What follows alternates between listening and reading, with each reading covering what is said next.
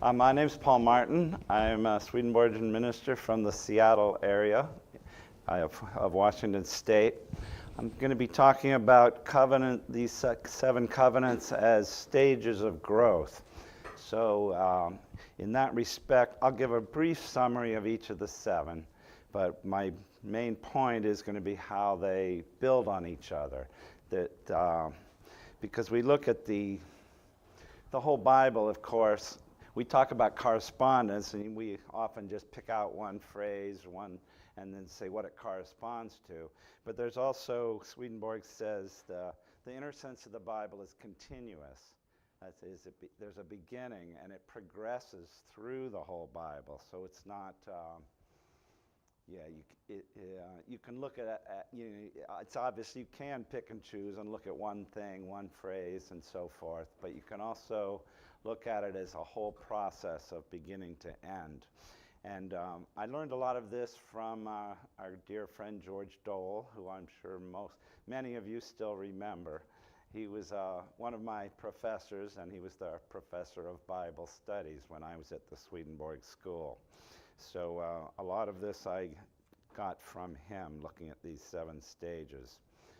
And in one hand, you could say, well, it almost looks like God changes. You know, God acts one way, and then later he seems to be acting another way.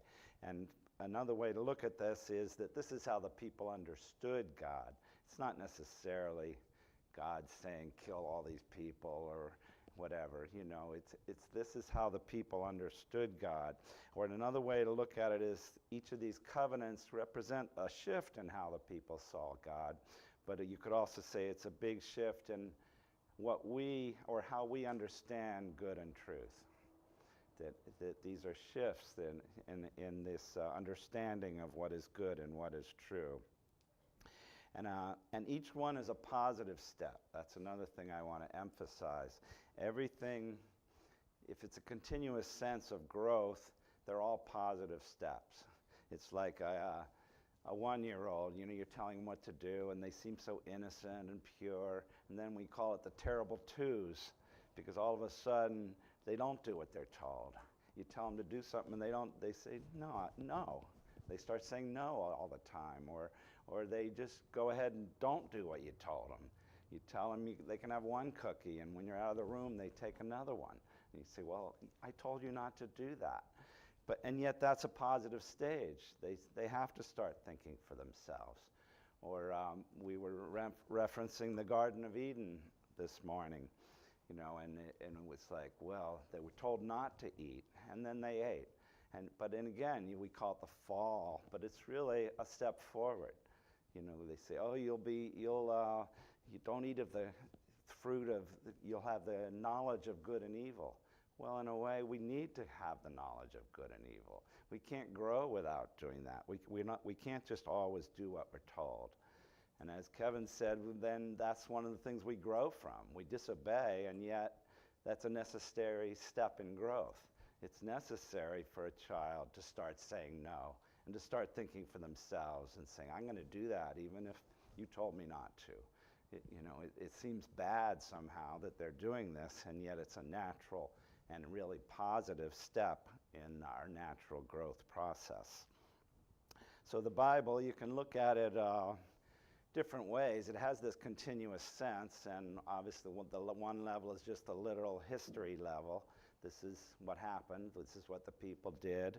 And then there's you could look at it as Jesus' process of glorification from beginning to end.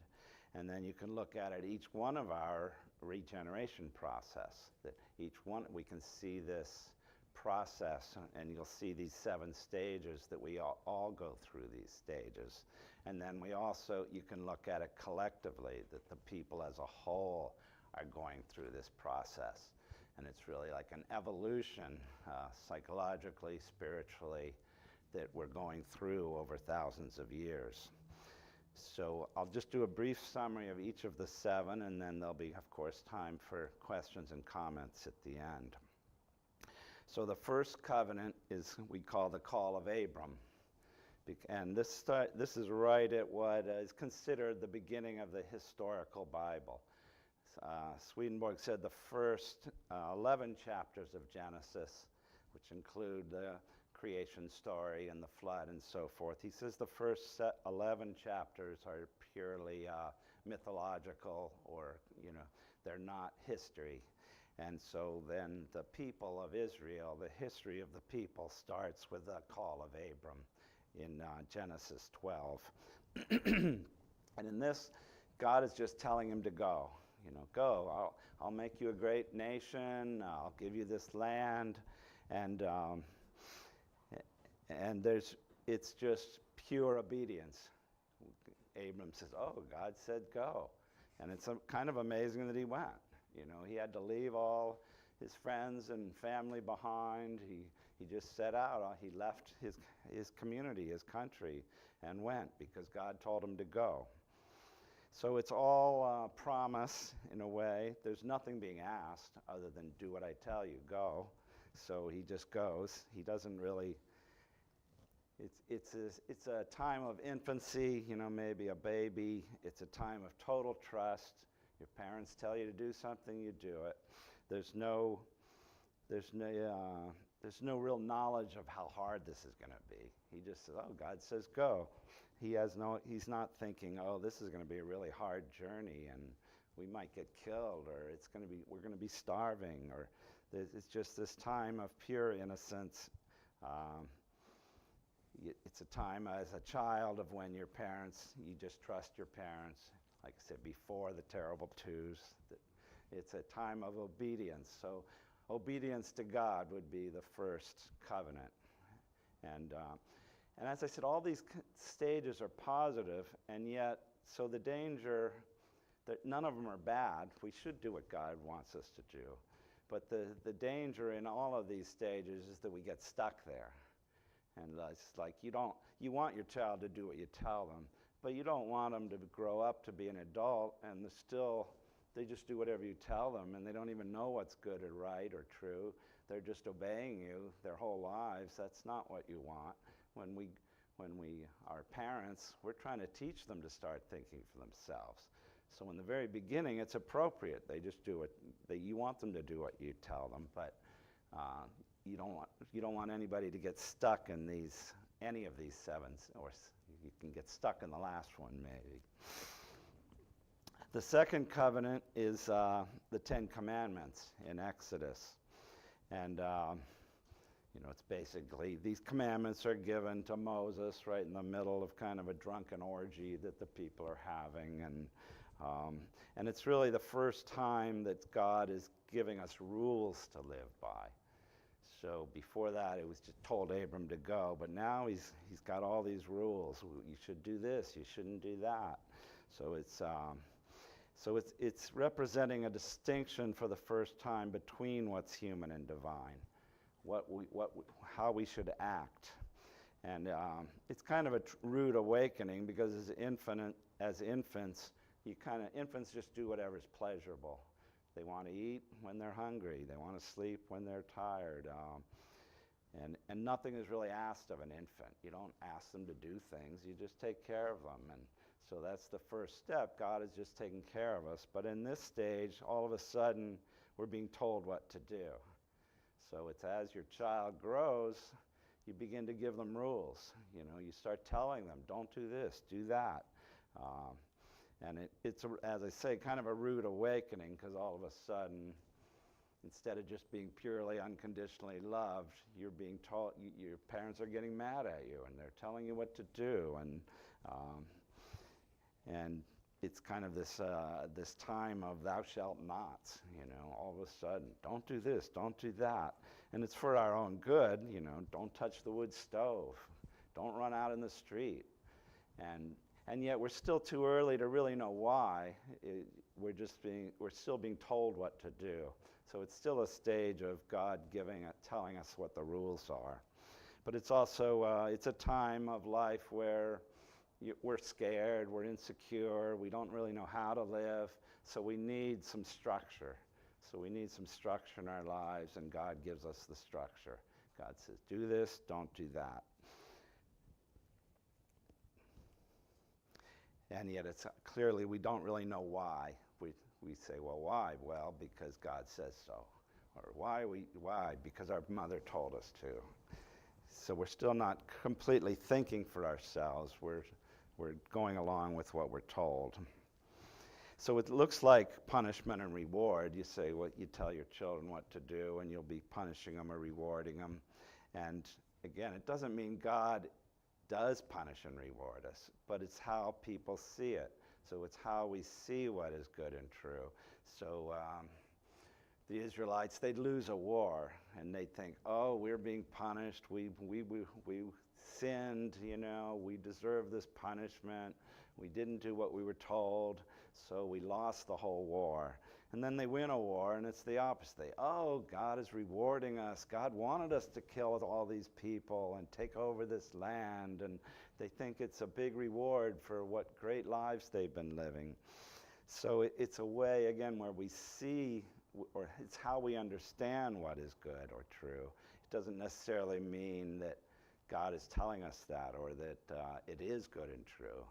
It's just how we see it, and it's a natural step. It's something children need to go through. You have to tell them, if you do this, good things are going to happen. If you do that, bad things are going to happen. Now the third stage is in Joshua 24, and this one is more. It's the first covenant where the people are being asked to agree.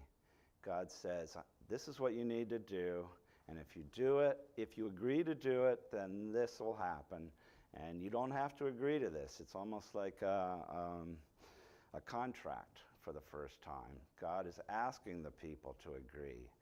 And he's saying, if you agree, there's really no going back. If you agree to do this, then you're going to have to do it. And so it's really kind of the first step in Reformation, because it's the first time we're being told what is good and true, but we're also being asked to choose that.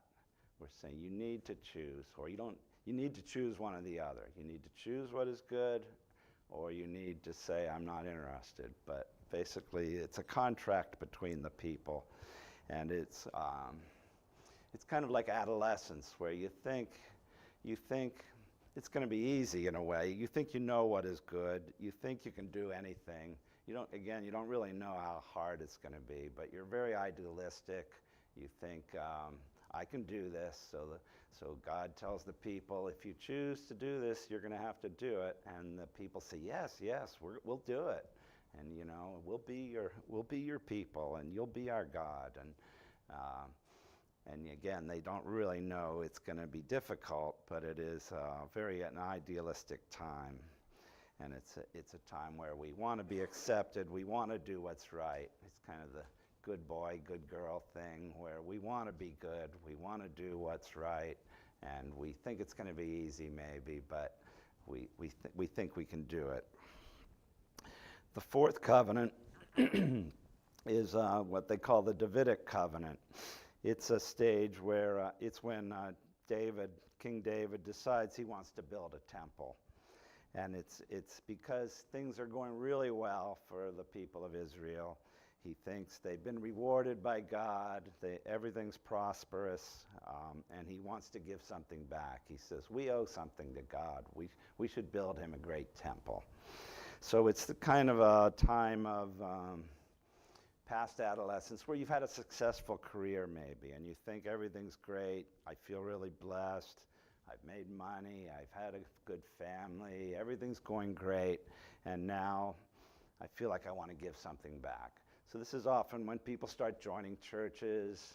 They start getting involved in charities. They think, I'm blessed. I'm going to give some money away. I'm going to volunteer at the local charity, or I'm going to volunteer for my church. It's a time of wanting to give back because you feel you've been successful. It's kind of adulthood.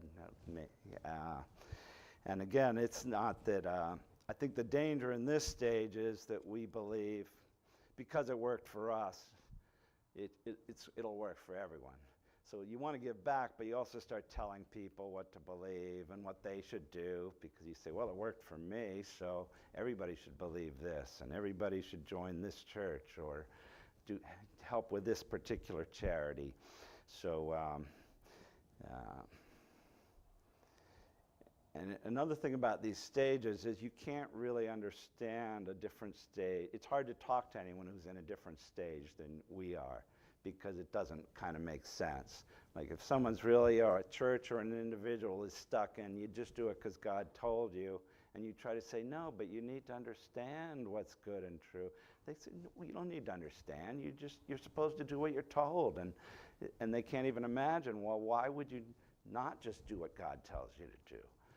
So, it's hard to talk. And then on the opposite, it's true. You know, you just can't, once you get past that level, you say, well, why would you just do what your parents tell you your whole life? You're supposed to think for yourself.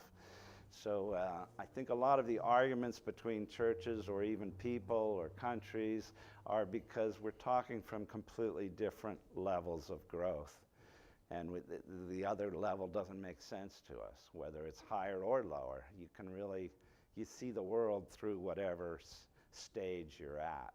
And these are, as I say, positive stages, but then the danger is we get stuck, or we just haven't gotten to that next stage. So it's not like a child is wrong for being a child. You don't get mad at a 2-year-old. Why are you being a 2-year-old? Well, I'm 2. You know, and same with adolescents. Why are you acting like a 12-year-old or a 14-year-old? And yet each one is very appropriate when you're that age.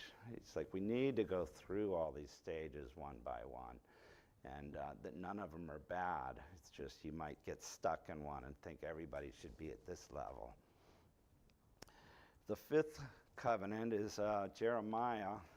This is one that really makes a big step inward. Before this, some of them are, you know, that's much more external. It's a book of rules, and do this, do that, and so forth.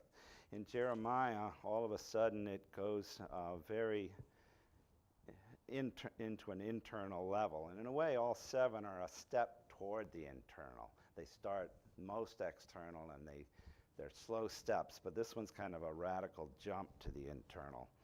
Jeremiah 31 says, "Behold, the days are coming, says the Lord, when I will make a new covenant with the house of Israel and with the house of Judah, not like the covenant which I made with their fathers in the day I took them by the hand to lead them out of the land of Egypt," which was the call of Abram, the first covenant. He says, "My covenant which they broke, though I was a husband to them, says the Lord. But this is the covenant that I will make with the house of Israel after those days. I will put my law in their minds and write it in their hearts, and I will be their God, and they shall be my people. No more shall every person teach his neighbor, and every man his brother, saying, Know the Lord, for they shall all know me, from the least of them to the greatest, says the Lord. And I will forgive their iniquity, and their sin I will remember no more." So he's saying we don't need to, in a way, go by the laws, because he's going to write the law in our hearts and minds. And the law, of course, is to know what is good and true. He's saying we will know what is good and true, and we won't need to ask our minister, our parents, we won't have to follow the commandments, because we will know in our hearts and minds what is good and true. So this is a rather radical step, and I think this is kind of the level of the covenant that the world is kind of struggling with right now, that some people are moving into this kind of joyously, saying, yes, we need to know what is good and true, and we need to decide for ourselves what is good and true. And yet it's a time of self-searching, but also self-condemnation, because as we move internal, we're judging everything by a different level. Like the level before that, the Davidic covenant, feeling so successful. Like I said, it's a time our careers are going great, our family's going great, everything's good. And in a way, this is like the midlife crisis, you could say, where we thought, I thought I was doing so great, and all of a sudden I realized I wasn't doing great at all. And you start questioning everything. You start questioning your life, and saying, well, just because I was successful doesn't mean I'm a great person. And so again, you start thinking internally, instead of judging, I was successful, I had a family, I made a lot of money, whatever, you start judging yourself on a more internal level and say, well, why is that even important? So what, I was successful? That didn't make me a good person. So instead of accepting the society's definition of success, whether money, prestige, whatever, we're going inward and looking at our motives and say, well, you know, what do I really want? And it's, like I say, it's the midlife crisis, because it's such a radical shift. We just kind of start saying everything I did wasn't really that important. And we're also looking at, you could say we're looking at motives and intention. Well, why did I do that? And the motives and intention become more important.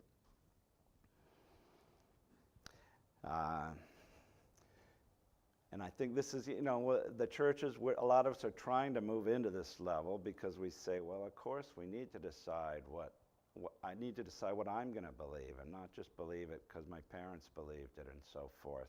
So it's a time of inner questioning, which can also then, like I said, lead to a big inner struggle. And it's also, as I said, the society struggles with it because it appears subjective. It appears like, well, we can't just let everybody decide for themselves what's good and true. It'll be chaos. You know, you'll make the wrong choices.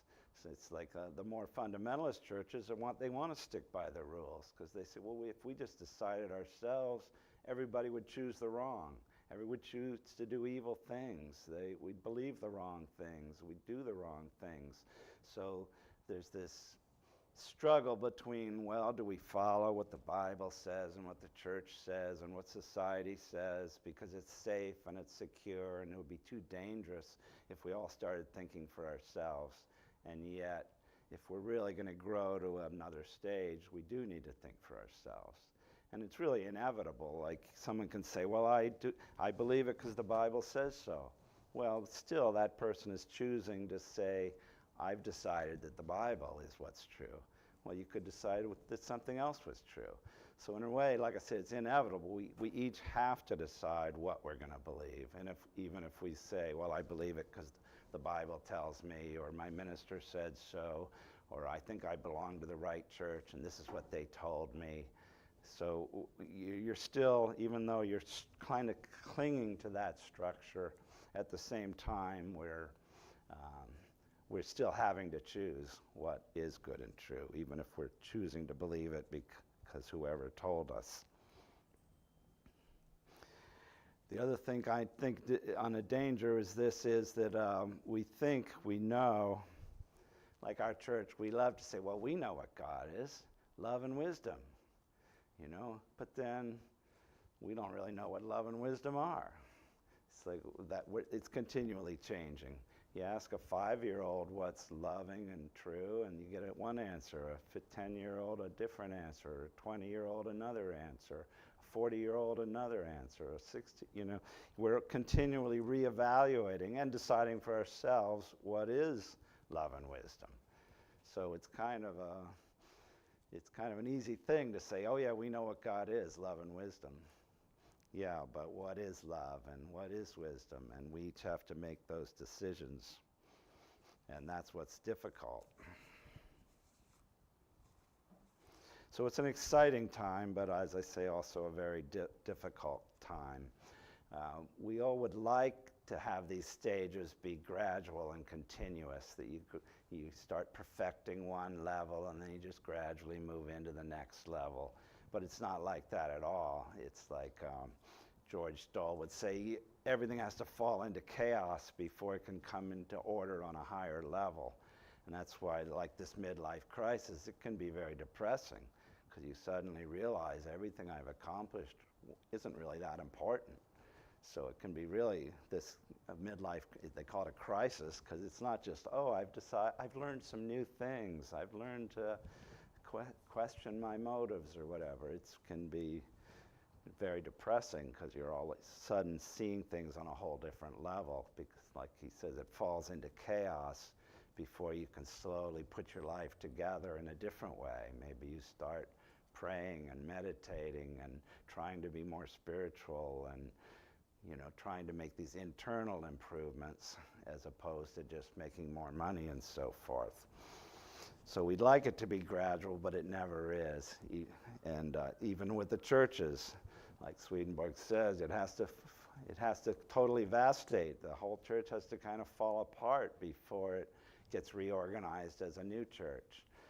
It's not just a gradual improvement that we slowly learn these things. It's like we jump from one level to another, and when we're ready to make that jump, it feels like we've stepped back. It doesn't feel like a step forward. It feels like, oh, you know, things are falling apart. It's chaos. I'm not succeeding at all. But so we kind of have to remind ourselves that it's still a positive step. Like if you start evaluating your life in a more spiritual way instead of materialistic, it can be depressing, but you have to say, yes, but I'm learning. I'm making a step toward something better, to trying to be a better person. So as we get into the last two covenants, they're more difficult because we're not really there yet, maybe. But anyway, the sixth covenant is the Last Supper, when Jesus, in this covenant, he's just offering himself. He's saying, take, eat. This is my body. This is in my blood. This is basically, he's from Swedenborgian point of view, love and wisdom. Just be loving, be wise. He's not giving us rules. And he's saying everybody gets it. It's not a reward that, oh, you were good, so you can have some bread. Or haven't been good, you can't have the wine. You know, he's saying everybody, take. And so it's this level where nothing's really being asked of us anymore other than to accept the love and wisdom. It's like, here it is. God loves you all. It doesn't matter if we've been bad or, you know, done the wrong thing or believed the wrong thing, acted badly. God's saying, here, just, you know, everybody. And so at this stage, all that's really being acted is that we accept it, that we accept God's love and wisdom. We take the bread and the wine. And so at this stage, in a way, it's a promise, but it's also the promise and the reward are the same thing. If you do this, you know, it's not if you do this, you'll get some reward. It's if you are loving, if you accept my love, you'll be loving. If you accept my wisdom, you'll be wise. So it's not a this and then you get that. And so, you know, it's easily said and done. We can also say, yeah, we all want to be more loving. We all want to be more wise.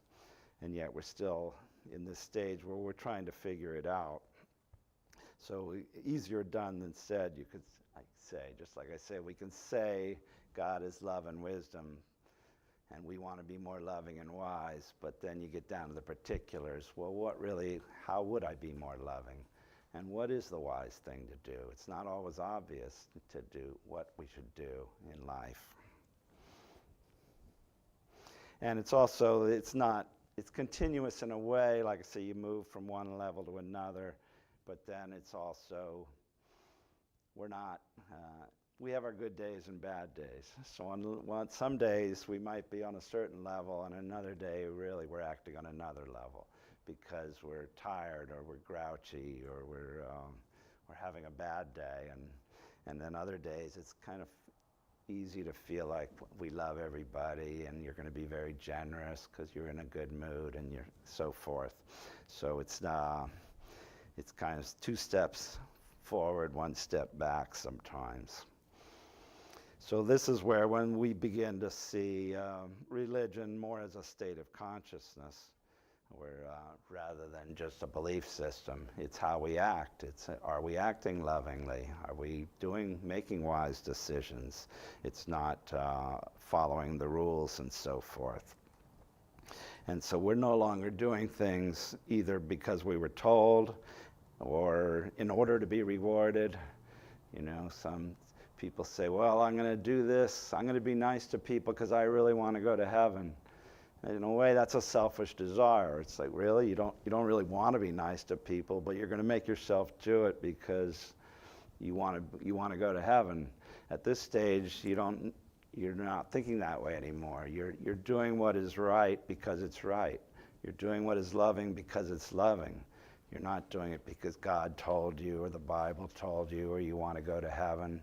It's like, and that's really where you want, like when you're raising children, you want them to get to that level where they're not doing it because you told them to do it.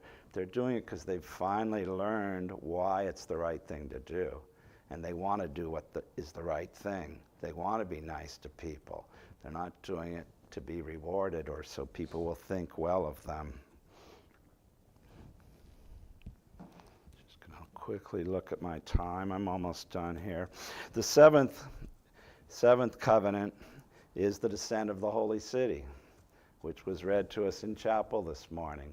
And in fact, our church is really based on this. We call ourselves the Church of the Holy City, and many of our local churches, or the Church of the New Jerusalem, because it's the descent of the Holy City, New Jerusalem, coming down to earth. So this would be a stage where we actually know the difference between good and evil. We know the difference between truth and falsity. And we're acting from this love and wisdom, not trying to figure out what it is. It's the city is descending to earth. You could say it's heaven on earth. That we know what's good, and so now we need to put it into action. And you could say when we get to that stage, we will know, but we can't wait till we get to that stage. Swedenborg would mention acting as if we know. It's like we can't wait till we know for sure, because we don't know for sure. So we have to act as if we know. So we don't know what it's going to look like, but we think, well, we should combat racism. We should combat sexism. We should look at the social inequalities in the world. We know we need to start acting, even though we're not really quite sure what to do often. But we have to act as if we do. And I think in this is more of a collective stage. It's not just being love, accepting God's love and wisdom. It's putting it into action and creating this heaven on earth, creating the holy city. We don't just wait till we die and think, we're trying to create heaven right here on earth, to make earth as great a place as we can possibly make it. So it's very collective. Like I said, we need to look at social justice issues and so forth, because we're not just trying to regenerate on a personal level. We need to regenerate as a collective whole to make the world better, not just make myself a better person. So that would be the seventh stage, and obviously we're not there, but like I said, we have to act as if, because we need to start working on regeneration, even if we don't know what it's going to look like. We need to try to be more loving, even if we don't really know how to do it. We need to try to understand ourselves and the world better, even though we know we don't really know. Or Swedenborg talked about appearances of truth. It's like appearances of good, too. It's like we know how it appears to us at the moment, but we also know we don't have a complete understanding yet, and we're going to have to keep moving in that direction. I'm going to open it up for any comments or questions now.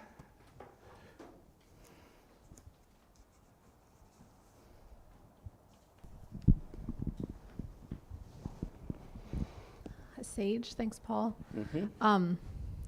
I guess I just want to lift in the kind of, we're not there yet. I hear that a lot, and yes, in many ways we're not there yet, but I really think it's useful to think about time, and maybe on some level, inside all of us, we are there, Mm-hmm. and to kind of rest in that and expand from that and live from that. And Mm-hmm. I feel like there's a resonance between that and then like the Jeremiah covenant, that on some level the law is written in our hearts. We do know, it's just garnering the will,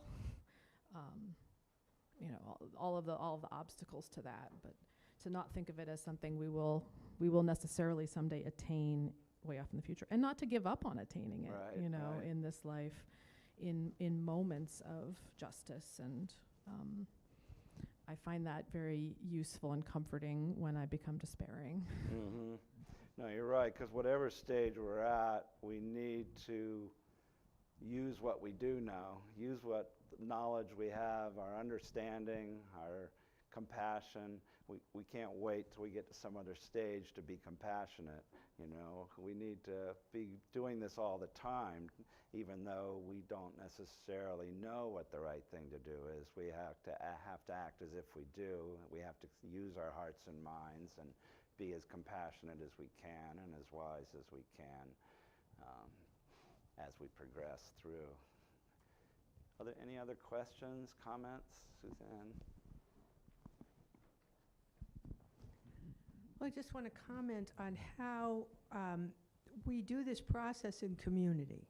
We do it inwardly, but when we can be with other people on the journey, there's a lot of support for that. Mm-hmm. And that running with just your own ideas frequently doesn't get you anywhere. Mm-hmm. And I would use it as an example in attempting to form a little bit more community activities at Temenos. I said, let's have a Friday night potluck supper. And I showed up with my salad, and nobody came. Mm-hmm. And then the next week, same thing, nobody came. Third week, a couple came, and I asked them, I said, wow, this is great. Is this something you'd like to do regularly? And she said, no, I just felt sorry for you and your salad. Right. So I realized we needed to have buy-in. We need to support each other in community by talking about what works for all of us. Mm-hmm. No, you're right. We can learn from each other because one of the dangers of any of these stages is that we think we know.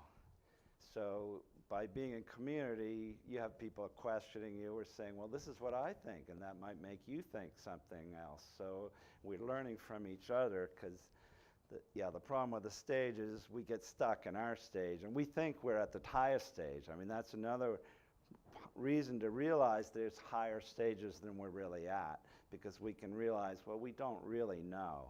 We don't really have absolute truth. We're not completely loving the way God is. We know we're not there yet. So if you don't realize there's higher stages, you think, well, whatever I think and feel now is right. So then you start getting very self-righteous and telling other people, I have the truth, and you need to believe what I believe, and I know I'm the most loving person in the world. Everybody should be more like me. If you think you're at the highest stage and what you believe is absolutely true, then you're just trying to force that on, which not only comes across as self-righteous and so forth, it keeps you stuck because you think you already know. If you think you already know what's true, well, then why would you even question yourself? You think you've got it, you've got the truth. Yes, anybody else? Lynn has a comment. Yes, Lynn. Hey everybody, this is Lynn and Ian. In Maine, we're here, but we're not at the conference, so we'll be there next week. But I've been thinking a lot since GARD started the opening, and then with you and what you just shared, I've been involved with the 12-step work and movement for 28 years, and we're always moving in between all other places, and even in Maslow hierarchy now, they say we're still moving in all the different areas of Maslow. And I think with this, I'm still there. I feel like, I'm in all of those places at different times in my life, and spiritually, it's a movement of understanding which space I'm in order to take that internal change. But I think, like Suzanne just said, community is where I learn it. That's where I learn it. That's where I grow from it. That's where I really expand my heart. And thought you might be able to just share a little bit more on that. Mm-hmm. Really loved your, yeah, perfect. Mm-hmm. Well, community, of course, is where we practice our spirituality. It's like, it's easy to be loving when I'm home alone by myself. Well, who am I loving, It's like myself, or in general, the population. Charlie Brown said, I love humankind. It's people I can't stand. You can sit home and think you're the most loving thing in the world, but you actually practice love with other people. And wisdom's the same. Wisdom would be to know what is loving. It's like, If I love you, well, then I need to figure out, how can I help you? What do you need? And that's the wisdom part of it, to figure out, what does somebody need? How can I be helpful? Putting your love into use, to actually be useful to the world and to each other, to your families, your friends, the larger community. That's the wisdom part, is, well, how do I be loving? What would be loving? And so then you practice that. Again, obviously we practice that in community. We're part of the social fabric, and we need to be useful to the world, not just to ourselves. Anybody else? So it's Kevin. Kevin? There are, or is, I don't know if it's singular or plural, at least one other Swedenborgian stage theorist would highlight the interaction between Paul and Jesus after the resurrection as being the final stage. And what they do is they actually don't use the New Jerusalem, and they keep the New Jerusalem as a humble vision that we are always walking toward, and that hopefully stops us from being too full of ourselves. Because the vision of the New Jerusalem is a vision of such perfection that I think it's very dangerous if you start saying, oh, well, I made it there. And so they'll cite that Paul experience as being that next dispensation of living where they're still walking in the light of the holy city.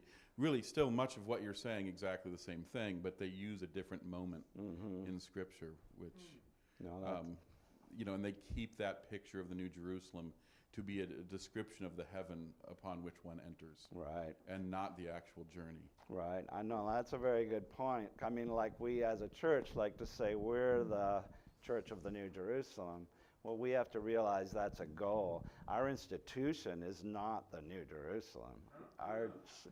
It's an institution, and it's imperfect. We don't know what to do all that often. So we have this vision of it. We want to be heaven on earth. We want the descent of the holies, but to claim that our organization is this city of New Jerusalem, that we are perfect, that we have the understanding, the truth. And that's the danger of every church, really, whatever stage it's at, to say, well, we know we're the one church that's doing what God's telling us to do, or do this or you're going to hell. If you don't do that, you're going to hell, and if you do this, you'll go to heaven. The church is totally set on that. And our church, even though we model ourselves on these higher stages, we're not there yet. So that's a danger for us, to somehow think we are the Church of the New Jerusalem. And if you're not part of us, you're not part of the New Jerusalem. We've got some more hands. Well, I've got the mic, so, and I will pass it along. But I just wanted to say I was very humbled by reading in Swedenborg that there were very few ministers in heaven, because they all thought they knew what they knew, and that's all they needed to know. Yeah.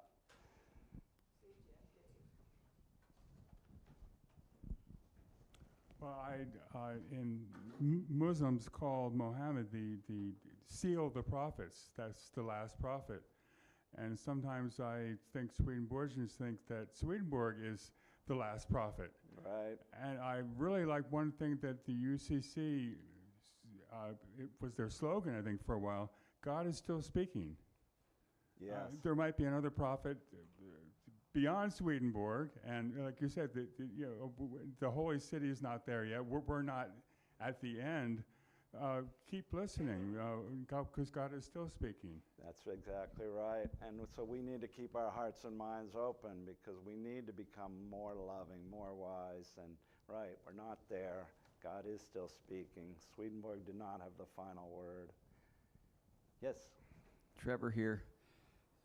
About a year and a half ago, Reverend Catherine here at the Freiburg Church gave a class on the direct correlation between the 7 days of creation and the 7 stages of spiritual growth. And everything you're saying is reminding me of that, of course, because it's the same.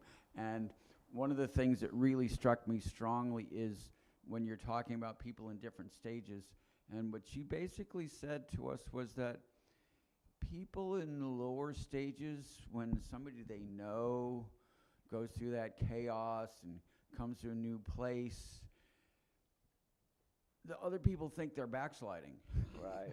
They think they're backsliding because They often quit what they were doing before, which is what that person is still doing. So they don't recognize it as spiritual growth. They think they're actually falling back. And it seems that every single stage it's like that. No, you're right. Every stage is. So like a child who thinks the highest stage is to be fair, well, then fairness is everything to that child. And again, it's appropriate at a certain age. Yes, there's 3 cookies, there's 3 children, you each get 1 because that's fair. And they think that's the highest level of moral development, you know, and because that's where they're at. Everything has to be fair. Where, you know, at a higher level, you're more loving, you might say, well, my brother looks really hungry, he can have my cookie. You're giving him 2 and say, it's not fair. Why does one get 2 and one get 1? But maybe because it's more loving. And so you're right, it's hard, that's why I say you can't see really from one stage to another. From your own point of view, you think that's the highest stage. So someone else at a lower or a higher stage seems to be wrong to us when we're in that state. Yeah, so this is Dan. I just want to thank you for confirming that this facility, this church, this camp is not the New Jerusalem. Having worked on the plumbing system, I would hope that the New Jerusalem has a way better plumbing system. So Yeah. thank you for confirming. Yeah, that. well, it's a vision, like I say. That's the important thing is to hold this up, the whole city as the vision, not to say we're there, so that somehow we have it, right? Are we done? And any last questions, comments? Denise Cowley here. I'm really just thinking about, I think, was it Kevin that pointed out the 8th stage? Was that you? You're not sure. I think it was you. In thinking about the chakras, we always talk about, you know, the 7 chakras, the 7 stages of creation, days of creation, the 7 stages of this and that, and the 7 chakras corresponding to both body parts and spiritual stages. Well, there's an 8th chakra that is just above the body, that's in it but outside it, that's always pulling us toward, I think, pulling us toward what lies beyond, or a heavenly stage. And it sounds like that's sort of what we're talking about.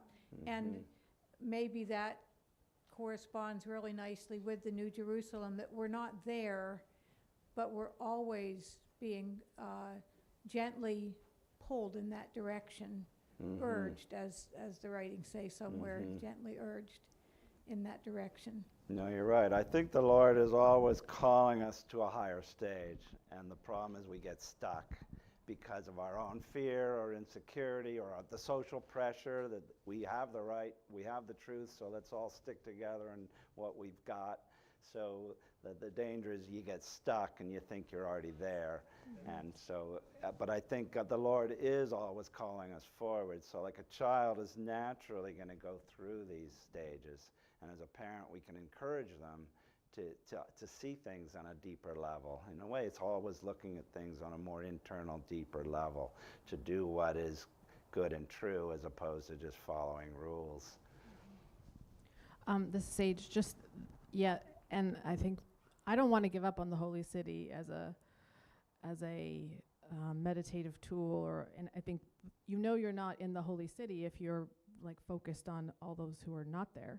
You know, this is a city that everybody's welcome in. And my husband always points this out. It's where nations come in and they go. So it's like, it's a space that everyone is welcome. And I think there's a connection to that with the Holy Supper as a covenant. Everyone's welcome at the table. So if you're focused on, you know, excluding people, or that you're there and no one else can come, then that's a sort of a hint.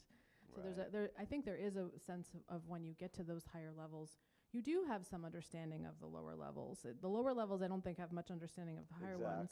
But when you're in the higher one, it holds all those other stages, and there's a sense of compassion and sort of the Jesus, you know, forgive them for they know not what they knew. Like you have you can see it, but you recognize you really can't communicate. No, you're right. But you can welcome, and You can, you're right. From the Yeah. higher levels, you understand the lower level, and you Yeah. understand why they were positive. Yeah. They're positive at a certain stage of your development.